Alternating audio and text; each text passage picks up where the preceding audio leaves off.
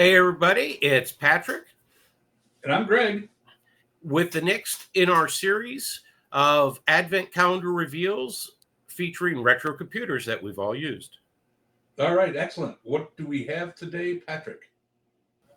Well, Greg, today we have the TRS-80 color computer, better known as the COCO, which came out in 1980. I believe so.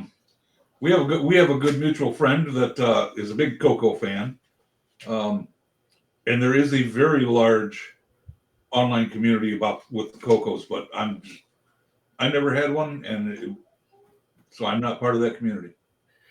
We did get one through e-waste one time. Actually, another friend in the e-waste business gave us a COCO 1 or 2. I think it only has 16K of RAM.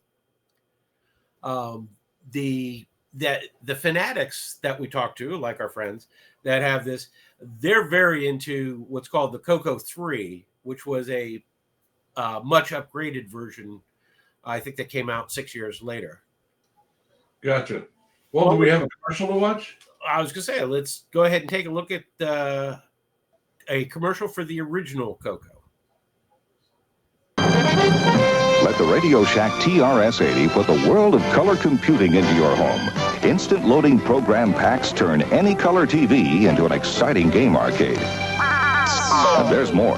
The color computer is an educational aid, a home management tool, an up-to-the-minute electronic information service. The programmable, expandable TRS-80 color computer from $399 only at Radio Shack, the biggest name in little computers. Clearly, TRS-80 was going after the masses with this machine again. They mentioned the cartridges. It seems all of the machines around this price point and configuration, they talk about cartridges and playing games almost as much as using it as a computer. Right. That's what it was used for mostly. Yeah. It was games. What was the pricing like on this? Well, this came out at $399, which was $100 more than the VIC-20.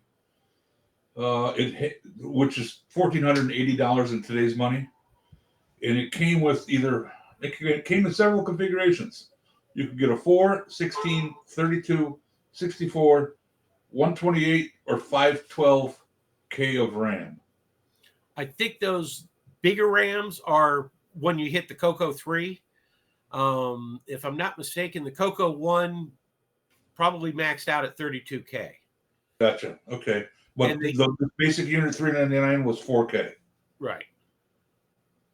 It had an operating system called Color Basic OS 9.0. And it had a processor of a 6809E. Yeah, and in fact, the COCO 1 and 2, I believe, were one of the only machines around that ran at less than 1 megahertz.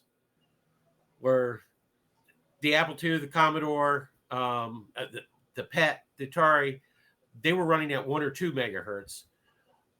But even having said that, supposedly the processor in this was so good that it performed better than those other ones running at higher speeds. I gotcha. They were completely different design than the Z80 units that they had. In fact, an article in Byte magazine wrote, "The only similarity between the two is the name, Tandy." Yeah. It's a completely different architecture, everything. It was a brand new computer. I think one of the things about this machine, this is probably why it cost more than, say, the VIC at the time, is not only did it use a Motorola 6809, but Motorola developed specific video chips for it, video and sound and discrete logic chips that gave it its color computer capabilities. I think that's something you see later on when we talk about the Commodore 64, how it had specialized chips for sound and graphics that made it stand out and above from other machines at the time. I gotcha. So this thing also had not only did it have a cartridge slot, but I think you could, not only could you put games into it, it basically had an expansion slot, and there were floppy drives and other peripherals you could hang off the side of this. Plug in your modem, etc.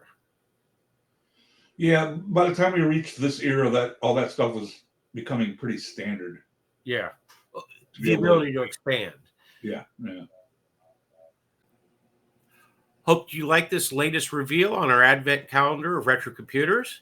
If you like this video, please give us a thumbs up. And if you want to keep watching, hit that subscribe button. And if you hit the bell, you'll get notified every time we have a new episode. And if you haven't watched all of the videos in this series, there should be a link on your screen so you can go to our advent calendar playlist and see past episodes.